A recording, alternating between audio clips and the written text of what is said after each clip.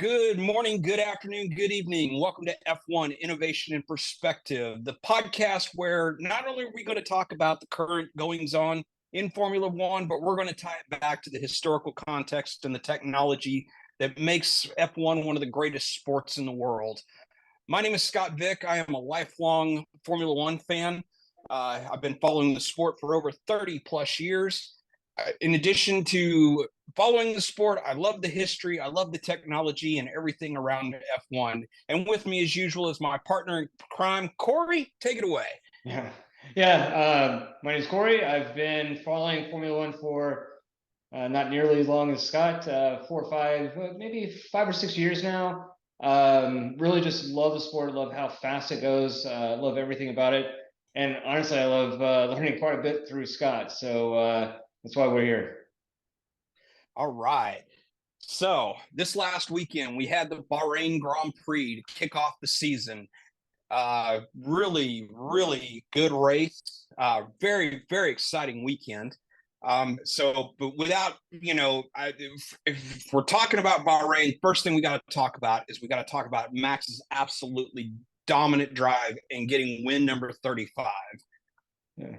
He was up, 30 seconds at one point? I mean, it was stupid, right? I mean, he actually was able to do a tire change, come back, and he was still, way ahead. It's just amazing to me.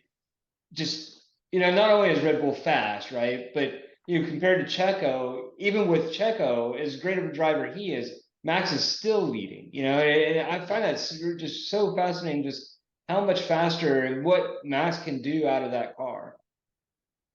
Yeah, it is absolutely mind blowing. I mean, it's been it's been a while since we've seen just quite that dominant of a performance. Especially, I mean, we've seen some really in the last few years with the Mercedes dominance and everything. We've seen a lot of really dominant drives by Mercedes, but we haven't seen one that dominant in the opening race in a number of years. And it was really eye-opening, especially after the preseason testing, which we'll get into later on in the show. It's like we thought, it was going to be, we didn't know that they were going to be quite that strong. So it was amazing. So did you see George Russell's comments about how, it's like Red Bull's going to win every race this year? Yeah, it's funny. I was thinking about this yesterday, in fact, and this obviously not disparaging George at all because he's an amazing driver, but, I found it kind of funny where, Bottas leaves, right? And they were number one, car was great, Lewis is dominating, everything.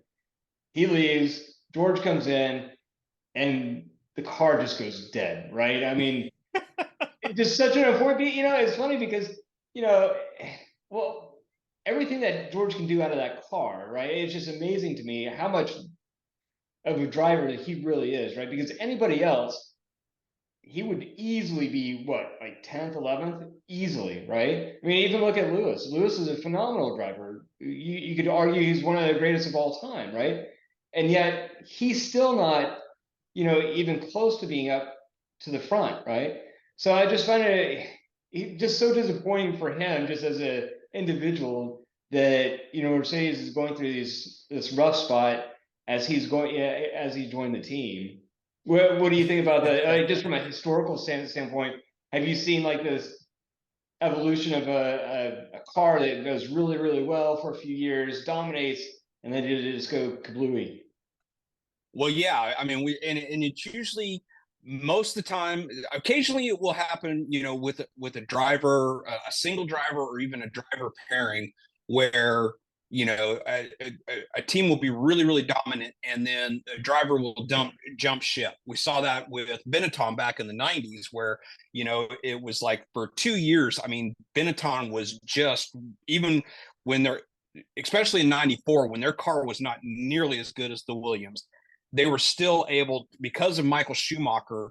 Again, as you said about Lewis Hamilton, about arguably being one of the greatest drivers ever, Michael Schumacher also goes into that category of arguably one of the greatest drivers ever. But as soon as he leaves to go to Ferrari, and Benetton takes a nosedive that then takes years for them to climb back out of because of the driver leaving. So but most of the time when you see these real changes in the way things, in the pecking order, is usually more followed by large scale rule changes. So we saw that, in the mid, 2000 teens, when Red Bull was, there was a 4-year period where Red Bull was just the absolute dominant team. It's like they came in, they got Adrian Newey, they plucked him out of, semi-retirement, got Adrian Newey to take and breathe on that car. And Vettel goes through a 4-year dominance where nobody could touch him. Right. Then the hybrid era, they completely changed the engine package that's in the back of the cars. And Red Bull and their partners at the time, which I believe, I'd have to check on this, but I believe it was Renault at the time, they got it completely wrong. And Red Bull suddenly goes from being the absolute top of the sport, dominant, to being, third, fourth in the constructors championship because of the Mercedes got it perfect with when the hybrid era first came in. And then we saw, the 8-year span where Mercedes was just the absolute dominant team and nobody could touch them. Well, now last year you had the completely different chassis rules that came in. And Red Bull, again, because it was more about aerodynamics, and Red Bull has the one secret ingredient that for the last 30 years has always played one of the key roles. They have the one thing that almost every dominant car for the last 30 years has had: Adrian Newey. The guy just, even, for all the years in the sport, you oftentimes will see, the hot new technical guy or the hot new aerodynamicist or something, and they'll go on an upward arc where they're the best at what they do, and then they kind of level off, and then they'll decline, as is normal among sporting. But Adrian Newey is kind of like Tom Brady in football, or or anybody else that you've seen, or Chris Chelios in hockey, where you see these guys that just have just such unbelievable longevity at the very top, and everybody seems to think that they're going to eventually have to come down, and they do eventually. But my God, it's never when they think it is. It's like it's 7-8 years beyond what everybody else says. Oh, he's done. It's like there's no way you can keep this run up, and they just keep on chugging. And Adrian Newey has been that. So with the, Mercedes was able to take and do a lot of things with the hybrid engines when they came online 9 years ago, that the aerodynamics, no matter how good the aerodynamics on the car were, they just could not outperform the Mercedes engines. And now that the engines are all more or less on par now, but it's the aerodynamics of the Red Bull is what makes it such an amazing car. And but not only the aerodynamics, but it also has so much mechanical grip comparatively too. And it's just, and again, it all comes down to Adrian Newey. Well, I say Adrian Newey, but it's Adrian. It starts with Adrian Newey, but it's that whole Red Bull team, and they got the packaging and the design of the car perfect, and now everybody's having to play catch up. Yeah. So it won't happen for a few more years at least, right? Yeah. Well, you say that though, but now let's transition to Aston Martin and how amazing they were this last weekend. And as they said on the Sky Sports feed, Ted Kravitz was saying, this last weekend, Aston Martin was the only team that Red Bull was really concerned with. And we saw, and during preseason testing and everything, everybody said, because as we'll get into later about, preseason testing, you can't put a lot of faith in it. So by saying that, it was like you saw how good the Aston Martins were in testing, and we expected them to be pretty good. I don't think anybody expected them to be as good as they were this time around, and especially with Alonso's unbelievable drive. I mean, he's, top of the timesheets for two of the practices. And I think if it hadn't been for, maybe a mistake or two during qualifying, I think that he definitely should have qualified better than fifth. Wow. Yeah. Yeah. So what do you think is behind that? I mean, is it just the upgrades? Is it, obviously the driver is phenomenal as well, but I mean, what do you think is behind that? Because I mean, last year they had Vettel, right? I mean, last year Vettel, yeah, you could kind of somewhat argue that he didn't have the best strategies, going forward. So I'm thinking maybe something along the strategy as well, at least for this race.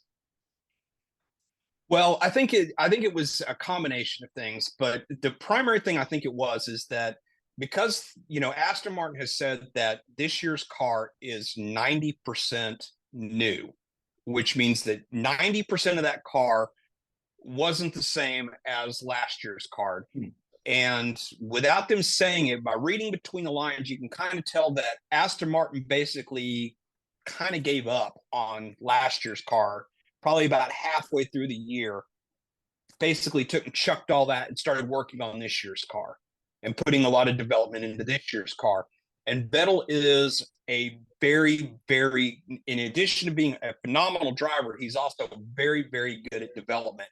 And I have a sneaking suspicion that a lot of the work that he put in last year is what Ah, helped make the car as good as it is so far this year. And right. with being so new, there's still a lot of untapped potential in that car. Hmm. And you've got another driver like Fernando Alonso, who is also really, really, really good at development, that they're going to continue to be able to develop that car. And I don't see, it's like sometimes at the beginning of the year, you'll see a team that will come out and they'll have a really good design on the car, but as the year goes on, they're not able to develop it as well, and you see them start to taper off and kind of fall back in the order. And I think that in the case of Aston Martin, I think that they're going to continue to be able to unlock more and more potential out of that car, and I really see them as being able to really take the fight to Ferrari and Red Bull this year, Yeah. especially Wow. with Alonso behind the wheel. And, for all the things that we can say about, Stroll, and I'm not talking about, Eric Stroll. I'm sorry. I'm not talking about Lance Stroll. I'm talking about Eric Stroll, the old man. He wants to win. He is not in he's not like a lot of the billionaires and the very, very rich men who come into Formula One and they're just there to make up the numbers. Stroll wants to win. He wants that to be a championship caliber team. Will they do it with just his son in place? No. And I'm sorry to say it, but I don't see it happening with Lance Stroll. But as long as they've got another super high caliber driver such as Fernando Alonso, Yeah. and they continue to work the way they do. They continue to take the money that he's invested. I don't see. I definitely see them actually being able to develop the car in such a way to make them a real challenger. Nice. That would be awesome. It'd be good to have somebody else that's somewhat competitive, right? Keep Red Bull on their Yes, heels, right? yes, and and Nice. and like and like Kravitz said, over the weekend, it's Red Bull, the only team. They weren't that concerned about Ferrari. They weren't that concerned about Mercedes, but they were concerned about Aston Martin, and they made Hmm. sure that they had everything covered.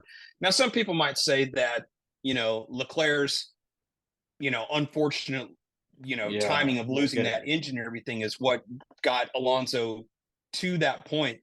But I'm not totally convinced that Yeah. Leclerc would have coasted to third on the podium.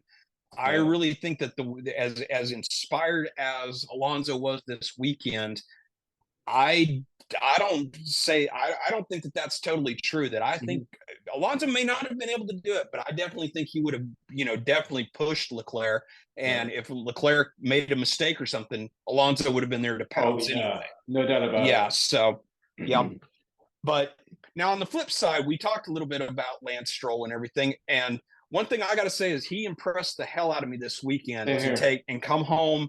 He came home in fifth place and did it with two broken wrists. And Yeah. I believe somebody else said that he also had he had a banged up knee on top of that. Oh, Two wow. broken wrists. He had surgery on it. Yep. Just I mean, literally days before, but he was still able to take and pass the physical in order to be able to take, prove that he could get out of the car and everything. And he passed all the requirements physically to be able to drive the car. And for him to take and gut it out, not just gut it out, but do it at a very high level.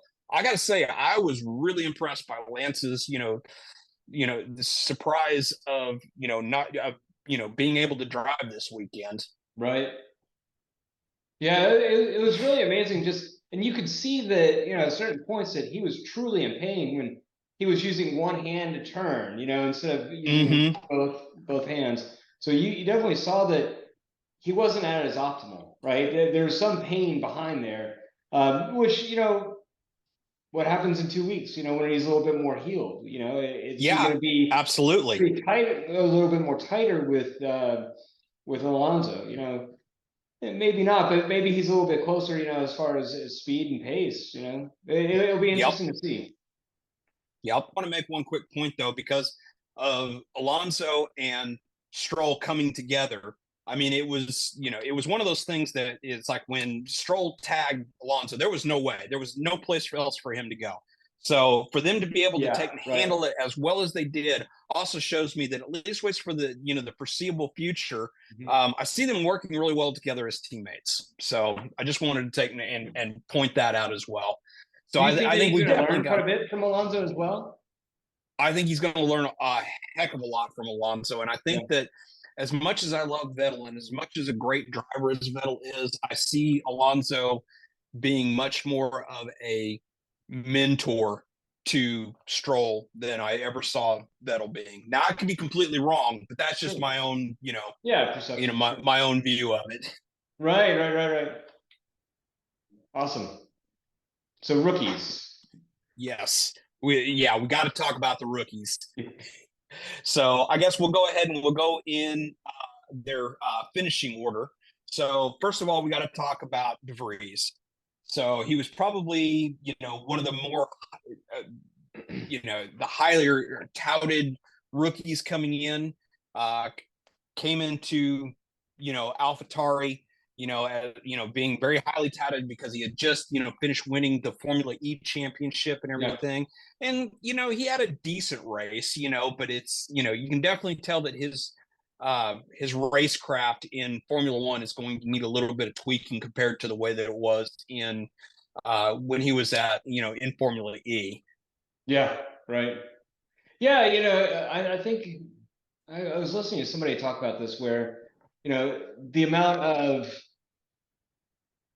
differences between the lower levels, meaning like, Formula 2, Formula 3, even I would say even Formula E, because that's a whole 10 minutes. There's so many different changes that you have to make while you're driving to make sure that you're optimally using all the settings correctly and you're actually using the car as it's designed. So there's a lot of differences, even going into turns or going to straightaways.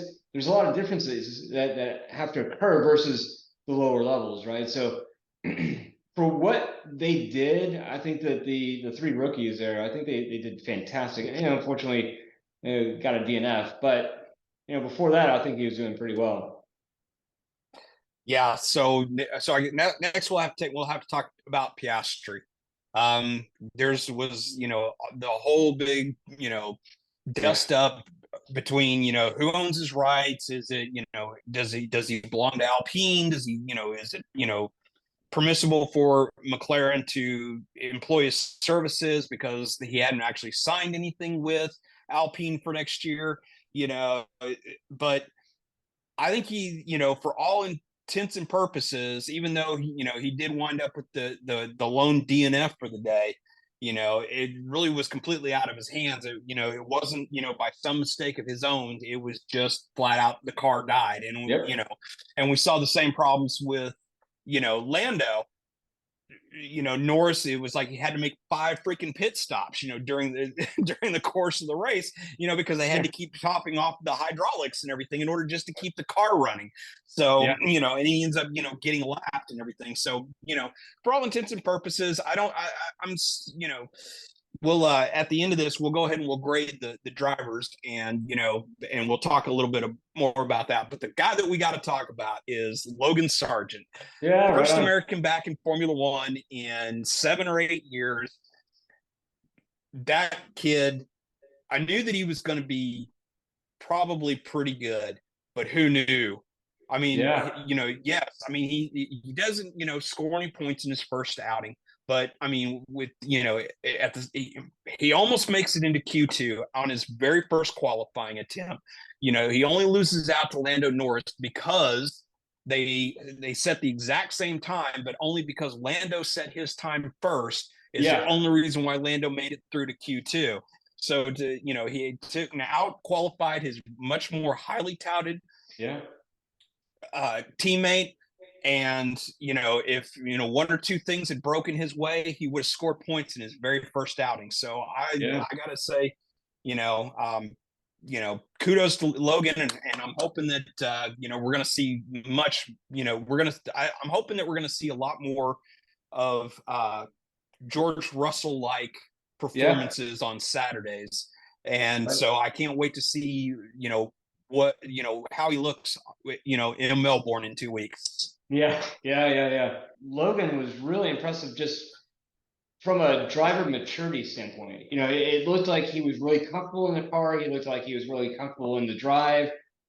He just looked like he'd been doing it for years. So I was really surprised to see how efficient and how just calm and relaxed he was. Okay. So let's give the rookies their first grade for first race of the season. So DeVries, give me your grade. DeVries, I'd say probably a B. Same. What about I, you? I would say, I think that he's definitely got a lot more potential, but I Yeah. definitely, of the three drivers, I think he was probably the most out of his depth. Yeah. I thought. Now, so yeah, definitely give him a B. Piastri, Yeah, Piastri for me at least, even before his DNF, right? I didn't really see him being that relaxed. I didn't see him really taking control of that car. I didn't really see him being a Formula One driver, if that makes sense. It seemed like to me he was almost like a reserve driver. Maybe that is a little bit different moving forward, but I'd probably maybe even give him a B minus, maybe a C plus for his drive on Sunday. Maybe I'm being a little bit too harsh, but that's what I think so far. no, I totally agree. And I mean, to me, he looked like I liked your comment about how he looked like a reserve driver, because literally that's what he's been for the last 18 months. This was his Yeah, first, start in anger, if you will, in any kind of race situation in 18 months. So yes, he definitely looked, not as relaxed as some of the other guys who, were, you know, albeit not in Formula One, they were actually racing, quote unquote, in anger last year, as yeah. opposed to Piastri. So actually, I'm going to give him an incomplete, just simply because he didn't look relaxed, but because he got the DNF, I'm going to give him Sure, an that's fair. incomplete, and I'm going to punt until after we Yeah, see his yeah, yeah. That's performance at that's good. That's Melbourne. good. Yeah, yeah. Yeah. So finally, Sargent. Yeah, Sargent definitely an A. Yeah, no doubt about Yeah. it. He was phenomenal Definitely all got the to way give him through. an A, and it's like I know that you and I are a little bit of a homers being, Americans, but I really Yeah, do yeah, think yeah, that Sargent did an outstanding job. I think he acquitted himself very, very well. We're starting to see, Williams start to make some significant yeah. improvements over the cars in the past, and and I definitely think that Sargent was definitely an upgrade over, over Latifi. Yeah, yeah. Yep. Mr. Crash crashes a lot. Yeah. Yes. Uh, okay, so moving forward to Haas and Hulkenberg. So while Hulkenberg obviously is not a rookie, it is his first year back after what, 2 seasons, 3 seasons? What? Two How long has seasons it been? away, yes. Yeah. Yeah. So again, he joins K Mag, who also was is a boomerang, if you will. He's come back to the sport as Hmm. of last year. What do you think about his drive? It was really, he's kind of, I kind of chalk him up into like kind of the same, area as Piastri, that just kind of, it was kind of what I was expecting for a guy who's been away for 2 years. Yeah. Because as we've talked about in the past, with the limitations on preseason testing, it's not like it used to be in the past where the teams would literally have, a month, depending upon when they, you know, unveiled the car and everything, that they would have, a month to 6 weeks of testing before the first race of the season. And now with the limitations on testing, they basically get 3 days to shake the car down and start figuring things out. And for for rookie drivers and for drivers who, may have been away from the sport for a little bit, Yeah. because the technology in the cars moves at such a rapid pace that even a year or two away, the cars advance so much, and that it's really hard for even a former Formula One driver to jump right back in. We saw that at Alpine the first year Alonso came back, in the fact that he'd been away for 2 years, and we saw him struggle at the beginning. And so, Hulkenberg, it was kind of the same thing. It's being away from, the sport for 2 years. Yeah. He just kind of had a mediocre drive at best. Right, right. It's funny because him and K-Mag both finished right about the same places.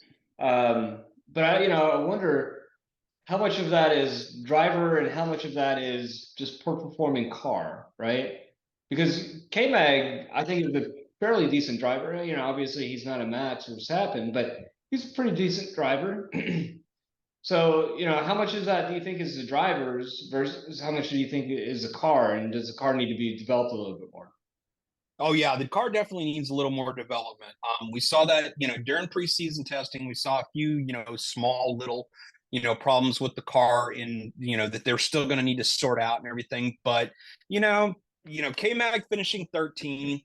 I forget where Hulkenberg finished. I don't remember if it was 15th or 16th. Yeah, But it was one of those. Yeah, 15 or 16. Yeah. yeah, so I mean, it's, it was, I think it's, I think that in Hulkenberg's case, it was, again, it was, the car needs more work. Hulkenberg needs to come to terms with the car, and the car needs some work. So Yeah. it's Yeah, just yeah, kind yeah, of, yeah. it's a combination, I think, in this case, of all three. It's, so I think the jury's still out on where Haas is going to be at this year. I'm hoping that it's not going to be another, case of like what we had a couple years ago, where Haas came out, poorly out of the gate. And even Yeah. though they really worked hard and they spent a lot of time and a lot of money on developing the car, they just got a little too far behind the 8 ball early on in the year, and they never were really able to catch up. I'm hoping that they're able to come to terms with the car a little bit better. And I'm hoping that as the car gets better, Hulkenberg gets more comfortable, then we'll see what Haas is really capable of. Awesome. Yeah, I'm looking forward to it. I'm pulling for him. It would be nice to see them to be a little bit more competitive. You know. Yeah, absolutely. So Leclerc, more woes for him. If it's Poor not strategy Leclerc. of I the mean, it's like car. that guy just cannot seem to catch a Mm, break. yeah, a phenomenal driver. Whether it's So amazing driver. that's one thing I wonder, right? So for him, I think he's in a bad spot, right? Because one thing or another, it's either the car or, like I said, it was a strategy. At least it was last year, right? Obviously, this year is to be seen. But how many more years do you think Leclerc is going to give Ferrari, right? I mean, do Do you think he's going to leave? But then again, where is he going to go? What other team would be even nearly as competitive? I mean, you can't go to Red Bull; they're locked up. You can't really go to Mercedes. I mean, you got two monsters there. There's no way you're going to go there. Uh, where else? You know, I mean, maybe Aston Martin if Stroll for whatever reason decides to leave, or Alonso. But I mean, there's not a place for him really anywhere else, right? So he just has to grin and bear it, pretty much, right? What do you think? No, yeah, no, I totally agree that I don't think he has to grin and bear it though. The one thing that I see that I think Leclerc was kind of when Ferrari made him the de facto number one and pushed Vettel out. Yeah, I don't think that he was ready to be the leader that was necessary. And I think that's part of the reason why we've seen Ferrari flounder a little bit.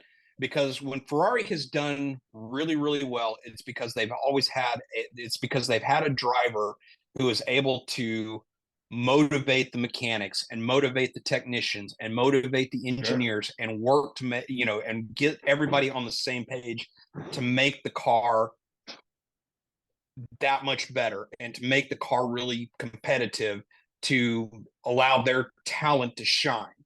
And I don't see Leclerc as being quite that leader. Does he have the potential to do it? Yeah, absolutely. I mean, it's like that's, you don't get to, especially with a team that has way more politics involved, like Ferrari. Politics are, part of Formula One. It's part of what makes it Oh so yeah, interesting and everything. And it's like, and throughout the history of Formula One, you've got, all myriad of politics. But Ferrari is more political than most. yeah. And I don't think that Leclerc has quite learned how to navigate the politics. And Hmm. as soon as he figures that out, hopefully he can figure it out in time, then he's going to shine. And once that it's part is right now, as Ferrari is after the disappointment of last year where they thought they had a really good car, Leclerc really should have been able to be much closer to Verstappen in the championship fight.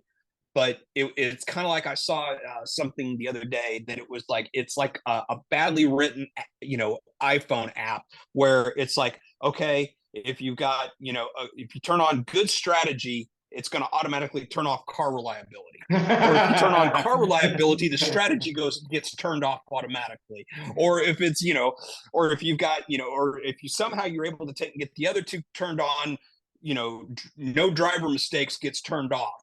Yeah, So it's yeah, like yeah. you had, it just seems to be that right now it's just no matter what Ferrari seems to do, something is always working against it, it seems like. Yeah, And it's like, but once it clicks, it's going to be, it's going to be amazing. It's going to be fun to watch, but it's a right. matter of, wondering when are things going to finally click. So now, with Benotto being gone and new team principal in place and everything, new people, new blood running the show. Let's see, it's like, qualifying third and fourth, you know, Leclerc's engine failure aside, Sainz finishing fourth.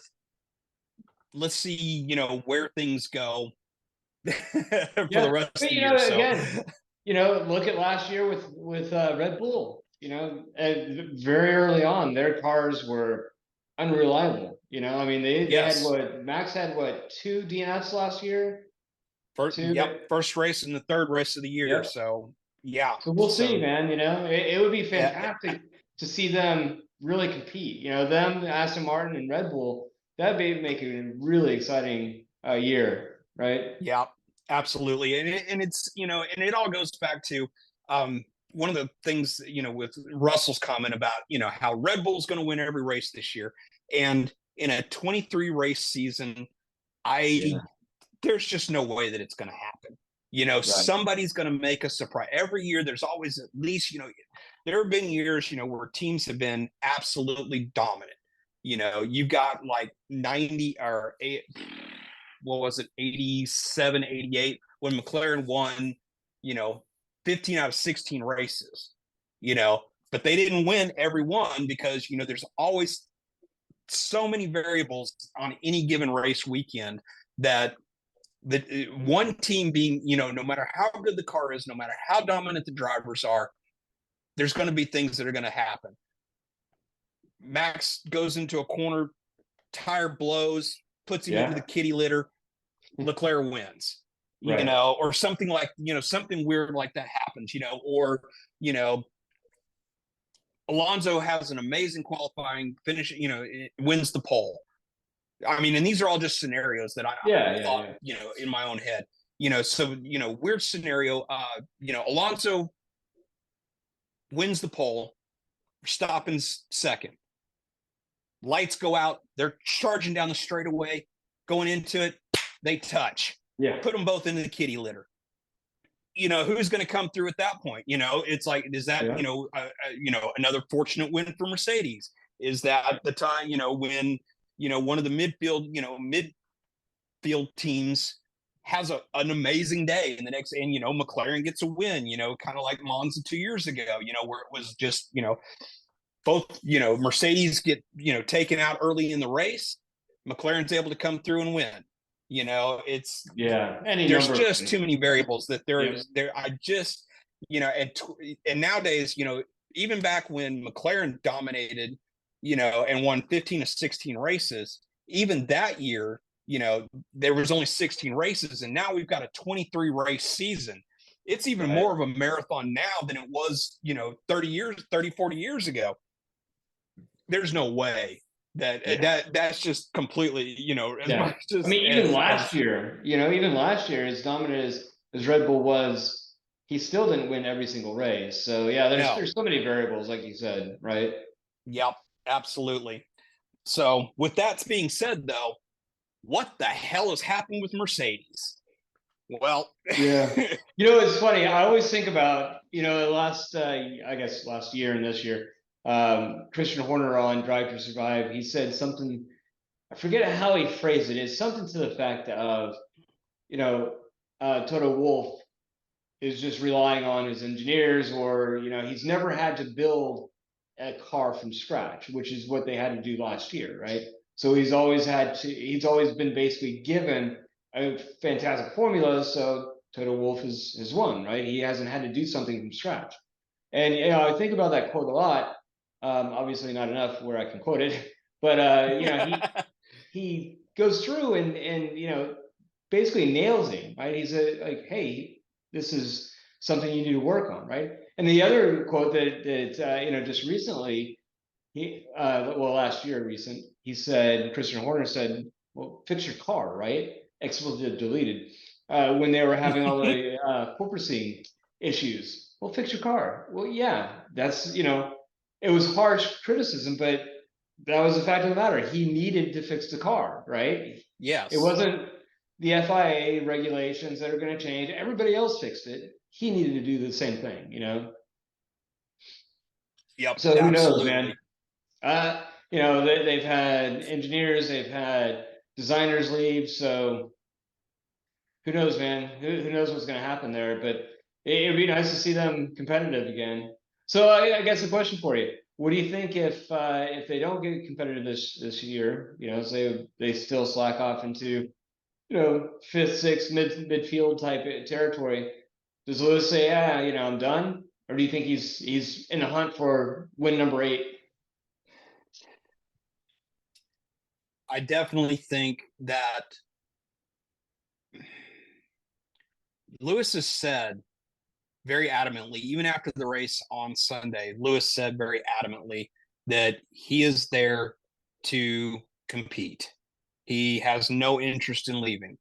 Now, him saying that now, and him saying that 9 months from now, after race 22, race 23, when his contract is up, does he say, no, I think I'm just going to take my, hundreds of millions of dollars and I'm just going to go play, I'm going to go play on my yacht and go, fly my airplane around and play with my, road car music, all that like stuff. That. Yeah. Exactly.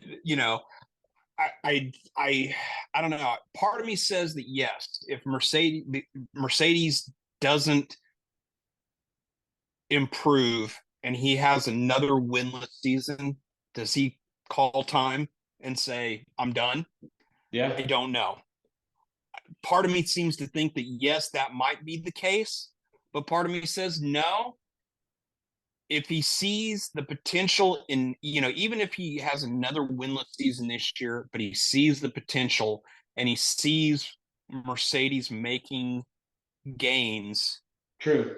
yeah, I can see him signing, because his contract's up at the end of the year. I see him, he could, potentially sign, do like another 1 year deal and go from there. Yeah, it goes. Yeah. Yeah.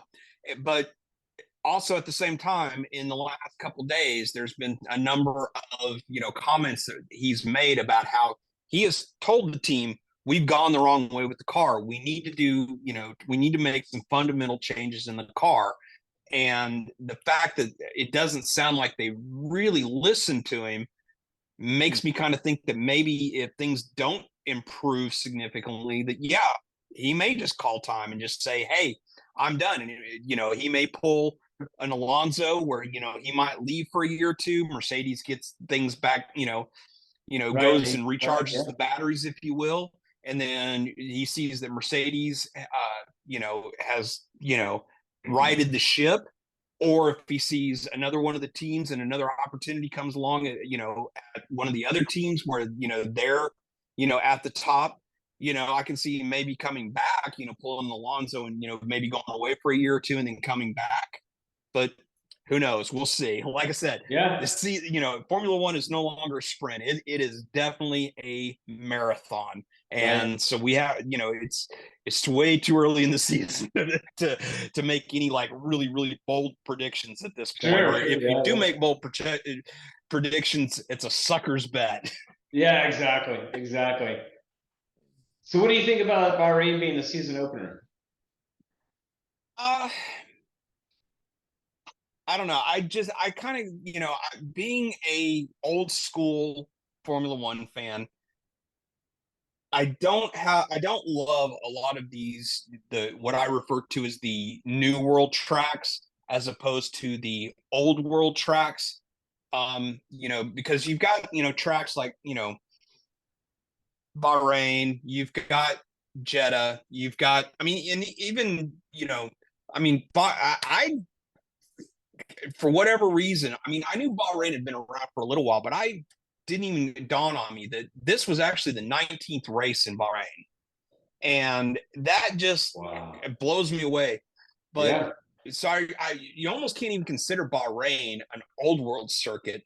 But because of the changes that they've made to the track and the fact that they went from being a daytime race to a nighttime race and everything, it just kind of throws my historical perspective into flux. But for me, it was part of it was always, every year they always started in Sao Paulo in Brazil, um, and they always finish the year every year in Melbourne. And then the other races always kind of had a traditional date, and a few years ago when they kind of mixed everything up and they started adding a lot of, the Middle East races and things like that, you know, and, those kind of things, so I guess what I'm trying to say is I don't know how to feel about Bahrain being the season opener. I guess it's as good a place to start as any. It's I definitely think that Bahrain is definitely a better track than Jeddah. Well, I shouldn't say that because I don't want anybody coming from, the Saudi crown prince coming after me or anything, but I don't like the Saudi Arabia track. I'm not a big fan of Azerbaijan.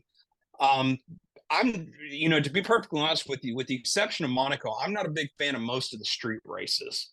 Yeah. I just, the street races to me are just, they don't have the same appeal from a driver's standpoint. So, myself, being a driver, a race, former race driver, and, I mean, albeit in karts, but, and having done performance driving in, automobiles and everything, I like the more dedicated tracks where they have, wider, the track's wider. There's more opportunity, passing opportunities, things like that. Better chances, the elevation changes and everything. Now, Azerbaijan, there's parts of that track that are awesome. There are parts of that track that I just hate. I especially Yeah. hate the one kink where it goes from, I think, what is it? Yeah, I saw the stat the other day that I think it goes from like something like 80 feet wide at, at some parts of the track, and then when it goes into the Old Town section where it goes into that one uphill kink where it like literally narrows to like 35 feet, from wall to wall. And it's like it is so narrow right there that is just, I know the drivers like it because it's a challenge, but from a fan perspective, not so much. Right. So I just personally, I like the old world tracks, the ones that, I've been watching since I was a kid, you're Sure. the Silverstones and the Monzas Yeah. and everything. And it's like, but then again, I have to kind of go back and say also, I liked it a lot better when they went back in Melbourne. When the Australian Mhm. Grand Prix moved to Melbourne over in Albert Park, as opposed to when it was in Adelaide. The Adelaide track was another one of those street races, and even though, parts of, Albert Park are, dedicated road, part of the dedicated track, parts of it are still, public streets the rest of the year and everything. And so I guess what I'm saying is I'm completely talking out of my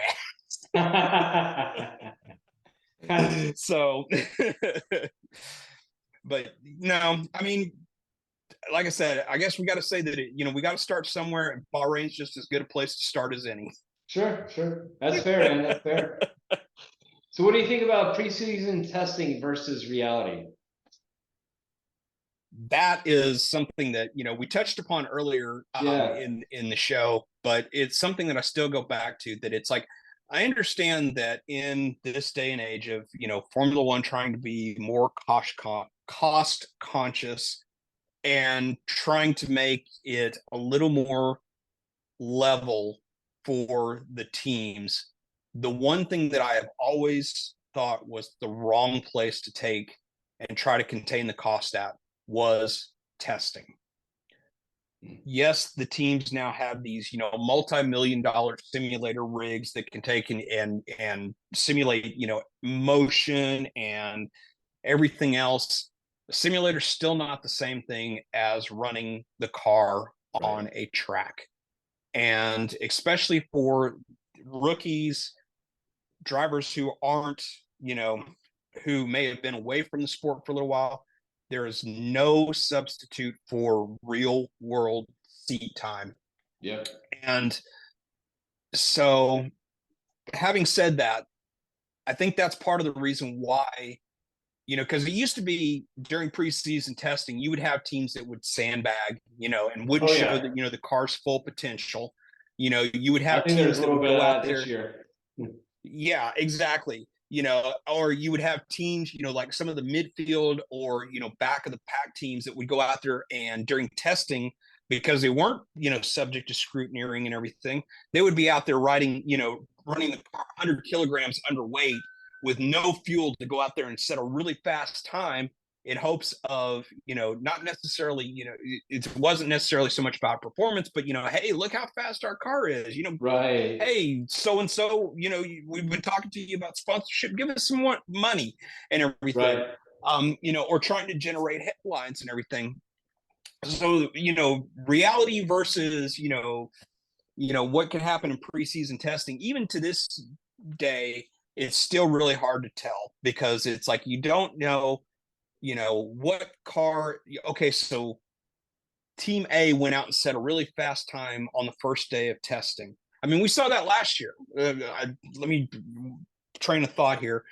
We saw that last year. McLaren came out of the box looking really, really good during preseason testing.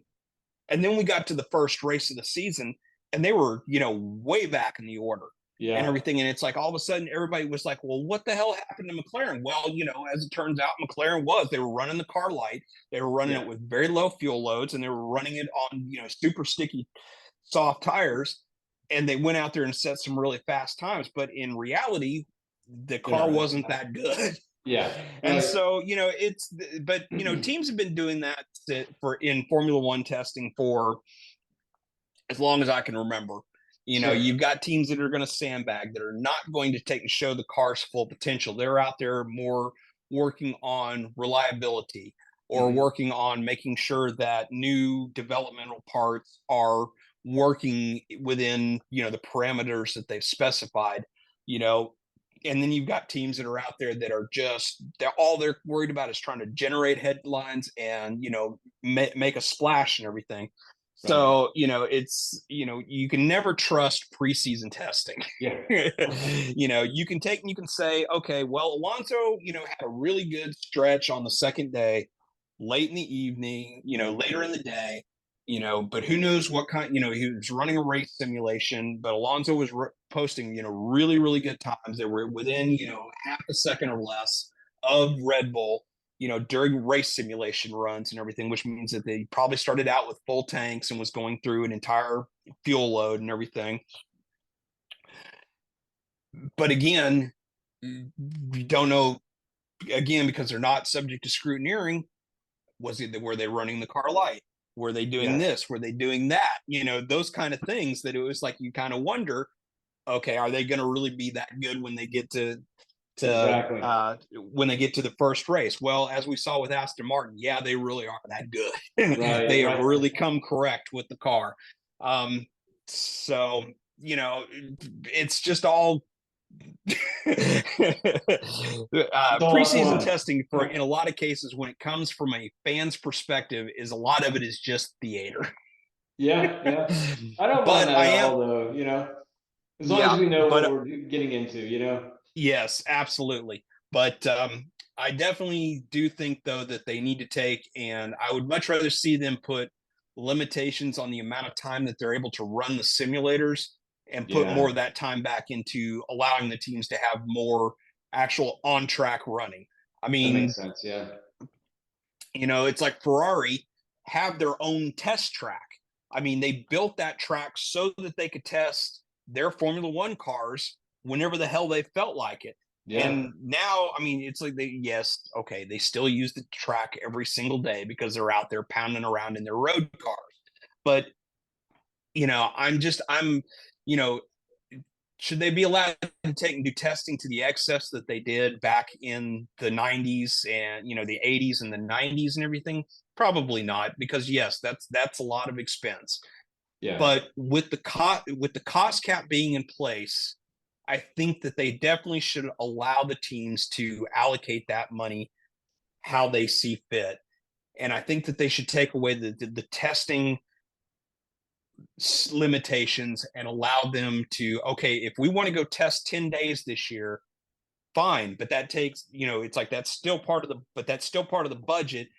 That may take away from wind tunnel time, that may take away from Sure. developmental, you know, expenses, but we want to test more. Allow them to do that. Yeah. So that's my 2 cents on testing No, in I totally reality. agree, man. Yeah. Love it. Well, I think that's it. That's all we have time for today. All right then. So you know, as we said, you know, we got Australia in 2 weeks, a little less than 2 weeks now. Yeah. So you know, Albert Park always takes and does puts on some pretty fantastic shows. So I can't wait to see it. Awesome. Yeah, me too.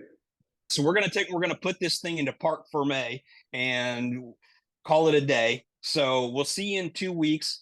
For my co-host Corey Brune, my name is Scott Vick, and you've been listening to F1 Innovation and Perspective.